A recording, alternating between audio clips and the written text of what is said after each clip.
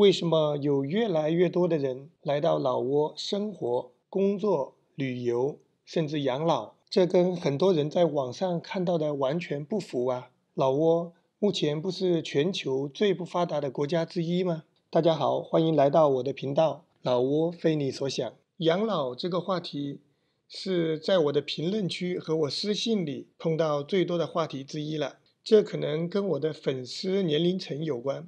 我看了一下，我的粉丝50%以上都是50岁以上的人，这也是为什么我把我的字幕调得比较大的一个原因。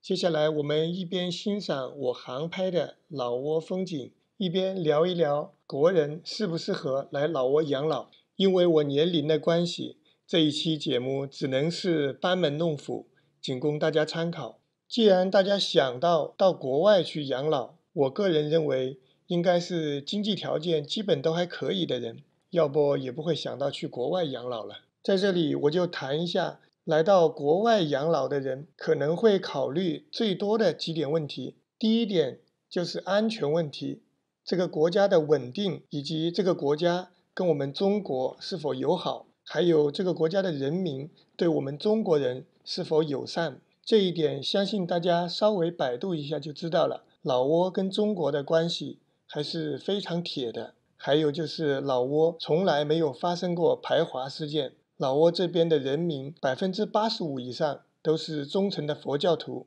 尤其对我们中国人还是比较友善、比较尊重的。就像以前我一说到老挝的治安比较好，就有网友在下面评论说怎么解释湄公河大案。这里我也稍微提一下吧。你要知道湄公河大案它根本不是发生在老挝的，它是发生在老挝、泰国、缅甸三国交界的三不管区域的水域。只是后来诺康他逃到了老挝境内，中国警方在老挝警方的协助下，在老挝境内将他抓获。至于更多真实的情况，下次我们单开一期来说吧。在这里我只是说，你不能说某某火车站出现了砍人事件，那你就不去坐火车了。某某幼儿园出现了砍人事件，你的小孩就不去上幼儿园了。某个国家出现了一个比较大的刑事案件，这个国家你就不能居住了。这肯定是很片面的。你要知道，在老挝整个国家，像那种汽车被砸玻璃盗窃的事件是极少，几乎没有的。不管是开车还是说去大路上扶老人，也是从来没有发生过一起碰瓷事件的。我公司在老挝做监控13年，也会去帮警察调取一些小偷或者打架的刑事案件的录像。但是我在老挝这13年，也经常出入酒店、宾馆、啤酒店、KTV， 甚至迪吧，但我从来没有见过老挝人打架和吵架。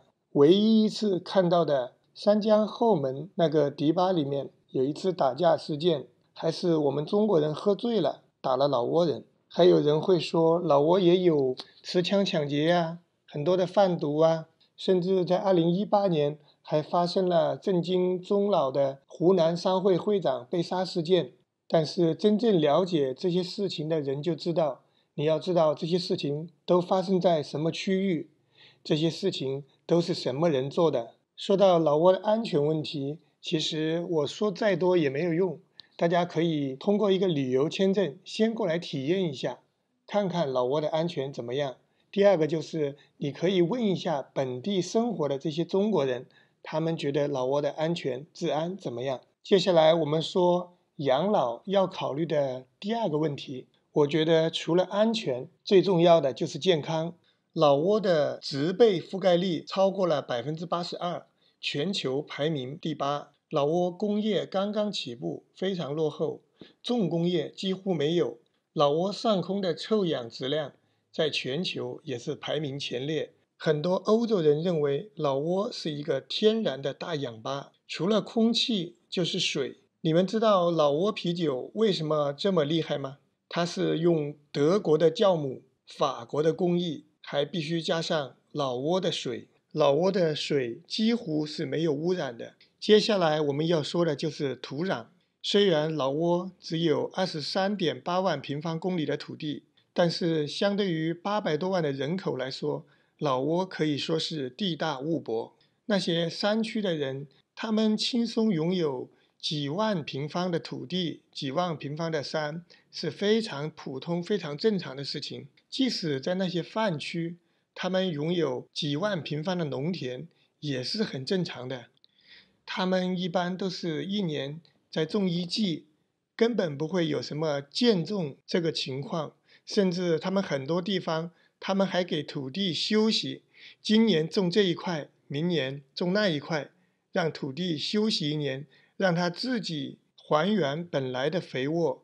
这也就是老挝不用化肥、不用农药，几乎所有的植物、蔬菜、水果都是生吃的原因。还有本地人因为土地很大，他们的牛、鸡、羊、猪，他们都是不用吃饲料的，也不要说有什么地沟油，因为在老挝是没有像其他国家那种下水道、那种水沟的。说到空气、水、土壤，还有吃的动物、植物以后，那我们一定要说老挝的气候怎么样？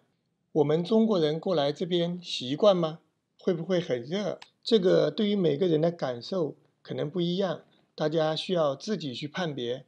老挝的北部与中国云南接壤，北部的气候也接近云南的气候。老挝中部和南部实际上跟中国的广州、海南这些地方气候差不多，可能是因为老挝没有海的原因，这边大风相对比较少。除了更原生态、空气比较好，气温方面可以参考云南、广州、海南这些地方。接下来我们要说老挝的消费，消费这个也是根据不同的人可能不一样吧，每个人的感觉不一样。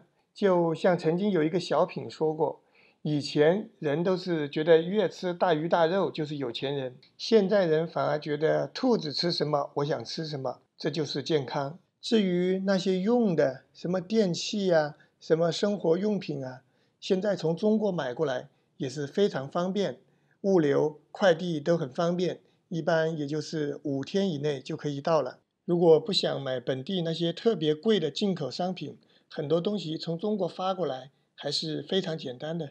最后要说一下老挝的医疗，几乎所有人都会说老挝医疗条件差，医疗落后，这个确实也是事实。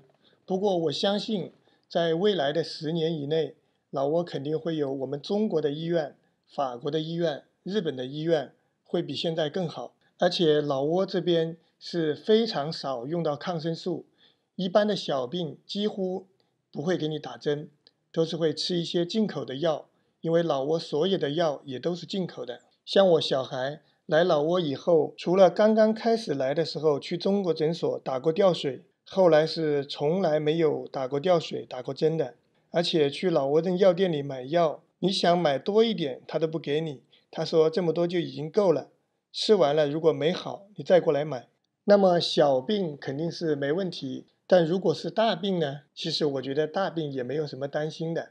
如果你长期在老挝居住的话，那你有多次往返。如果在万象去泰国的话，开车也就是最多1个小时，你就能去到很好的医院了。而且如果是生病的人，在关口那边是可以走绿色通道的。那么还有些人说我不会泰语啊，我想去中国，其实也是没问题的。老挝这边你不管哪一个城市，你到万象的话，最多也就是1个小时不到的飞机。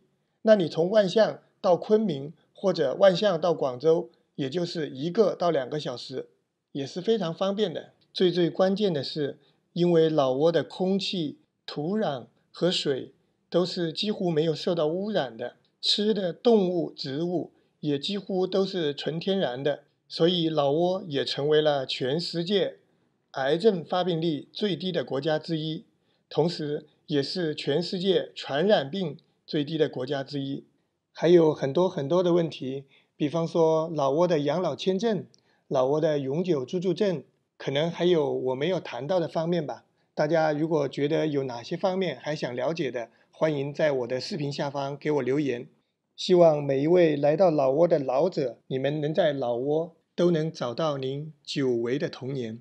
好了，今天的节目就到这里。欢迎关注、点赞、收藏、分享我的频道老挝非你所想，带您了解一个真实的、不一样的老挝。拜拜。